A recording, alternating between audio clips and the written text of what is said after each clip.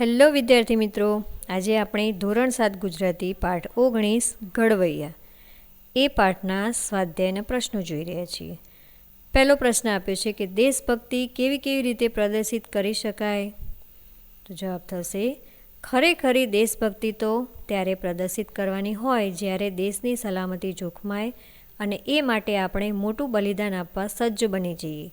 તે સિવાય દેશના કાયદાઓનું પાલન કરવું વગેરેથી પણ દેશભક્તિ પ્રદર્શિત કરી શકાય. પ્રશ્ન 2, આપણા દેશનું નામ ભારત કેવી રીતે પડ્યું? શકુંતલા અને દુષ્યંતના પુત્ર ભરત રાજા અત્યંત પરાક્રમી હતા. આથી ભરત રાજાના નામે આપણો દેશ ભારત તરીકે ઓળખાય છે. પ્રશ્ન 3, સંપીને રહેવાથી શા ફાયદા થાય? સંપીને રહેવાથી સાથ સહકાર વધે છે, સુખ દુઃખમાં એકબીજાના ભાગીદાર બની શકાય, પ્રગતિ અને વિકાસ કરી શકાય છે, સંગઠન શક્તિથી જ કોઈ પણ મુશ્કેલીનો સામનો કરી શકાય છે, આર્થિક સામાજિક શૈક્ષણિક પ્રગતિ સારી થાય છે. ચોથો પ્રશ્ન, ઝાઝી કીડીઓ સાપને તાણે કહેવત સમજાવો. ઝાઝી કીડીઓ સાપને તાણે કહેવતનો અર્થ થાય છે કે સંપ અને સહકારથી મોટી આપત્તિને પણ ઓળંગી જવાય. સાપ આગળ ઓછી શક્તિશાળી પણ ઝાઝી કીડીઓ ભેગી થાય તો બળવાન સાપને પણ તાણી જાય. કહેવાય છે કે સંગ શક્તિ કલિયુગી. જે એકલ વ્યક્તિથી ન થાય તે કામ સહકારને સંપથી થઈ શકે છે. પ્રશ્ન 5, ઘડવૈયા એટલે શું? ઘડવૈયો એટલે કે નિર્માણ કરવા પાવરદો માણસ. અહીં કાવ્યમાં આપણને રાષ્ટ્રનું નિર્માણ, તેનું ઘડતર કરનાર પ્રજાજનોને ઘડવૈયા તરીકે દર્શાવાયા છે. પ્રવૃત્તિ 2, અ વિભાગમાં આપેલ શબ્દોને બ વિભાગના શબ્દો સાથે યોગ્ય રીતે જોડો. તો અહીંયા જોડકા જોડવાના છે. તો પહેલું થશે ભારતના ઘડવૈયા, માતના છૈયા, ઊંચ નીચના ભેદ ટાળશું, જયકાર ગજવશું, મધ દરિયાના ખેવૈયા. પ્રવૃત્તિ 3, પ્રાસયુક્ત શબ્દો લખો.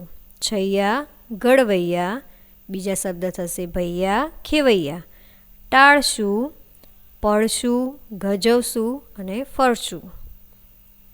પ્રવૃત્તિ 4, આપેલા ઉદાહરણ મુજબ યોગ્ય શબ્દો લખો. ટાળવું એટલે કે ટાળશું, તો એવી જ રીતે પડવું, પડશું, ગાવું, ગાશું, વાંચવું, વાંચશું, ફરવું, ફરશું, લખવું, લખશું. પ્રવૃત્તિ 5, કૌંસમાં આપેલા શબ્દોમાં જરૂરી ફેરફાર કરી ખાલી જગ્યા પૂરો. પહેલું વાક્ય આપ્યું છે કે મીના માસીએ લગ્નમાં જવાનું ટાળ્યું. તો અહીંયા ટાળવું શબ્દ પરથી આપણે યોગ્ય શબ્દ લખીશું ટાળ્યું. બીજું વાક્ય, દોડાદોડી કરીશ તો ચોક્કસ પડીશ. તો પડવું પરથી આપણે લખ્યું પડીશ. ત્રીજું વાક્ય, વેકેશનમાં મમ્મી પપ્પા સાથે ફરવા જઈશું. ચોથું વાક્ય, શાળાના વાર્ષિકોત્સવમાં સ્વાતિએ ગીત ગાયું. પાંચમું વાક્ય, સુંદર મ્યુઝિક વાગે છે ત્યારે મને નાચવાનું મન થાય છે. છઠ્ઠું વાક્ય, ઘડિયા લખવાની મને ખૂબ મજા આવે છે. પ્રવૃત્તિ 6, ઉદાહરણ મુજબ આપેલ શબ્દની આગળ મત શબ્દ જોડો, તેનો અર્થ સમજી વાક્ય પ્રયોગ કરો. ઉદાહરણ આપ્યું છે દરિયો, એટલે કે મધ દરિયો એટલે કે દરિયાનો મધ્ય ભાગ. વાક્ય થશે કે અમારી નાવ મધ દરિયે હાલક ડોલક થવા લાગી. પહેલું આપ્યું છે પૂળો, મધપૂળો એટલે કે મધમાખીનું ઘર. વાક્ય લખીશું, અમારી શાળાના લીમડાના ઝાડ પર મોટો મધપૂળો છે. માખી, મધમાખી એટલે મધ બનાવનારી માખી. વાક્ય થશે મધમાખીનો ડંખ અસહ્ય હોય છે. રાત, મધરાત એટલે કે રાત્રિનો મધ્ય ભાગ. સોસાયટીમાં ગઈકાલે મધરાતે ચોરી થઈ. પ્રવૃત્તિ 7, આપેલા બે શબ્દોનો ઉપયોગ કરી એક વાક્ય બનાવો. માટી, પાણી. તો વાક્ય થશે મારા વતનના માટી પાણી એવા છે કે એમાં રત્નો જ પાક્યા છે.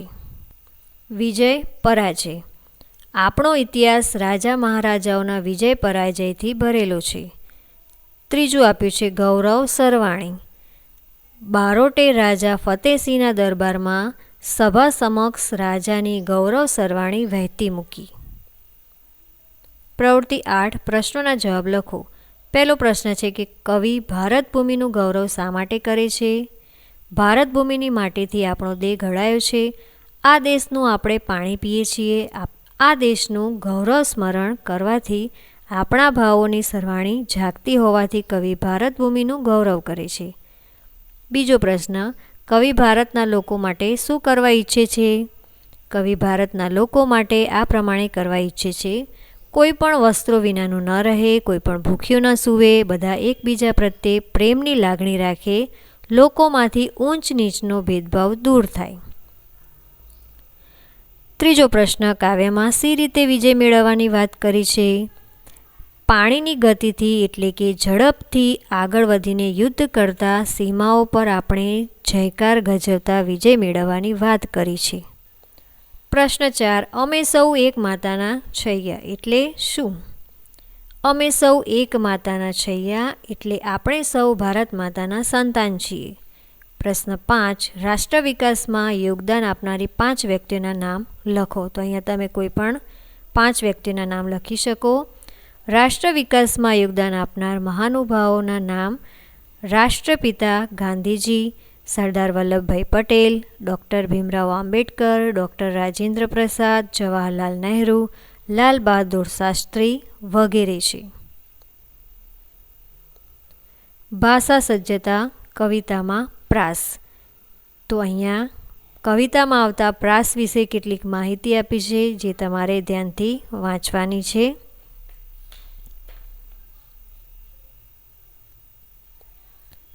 ચાલો યાદ કરીએ. તો આગળની પ્રવૃત્તિ યાદ કરી અને આ પ્રવૃત્તિ પણ તમારે અહીં જાતે લખવાની છે. ઉત્તર ગુજરાતની આ વાવને વર્લ્ડ હેરિટેજમાં સ્થાન મળ્યું છે. તેના વિશે વિજાણુ માધ્યમની મદદથી વધુ જાણો. તો અહીંયા તમે જે વાવ જોઈ રહ્યા છો તે પાટણમાં આવેલી રાણીની વાવ છે. તો આ રાણીની વાવની માહિતી પણ તમે જોઈ શકો છો.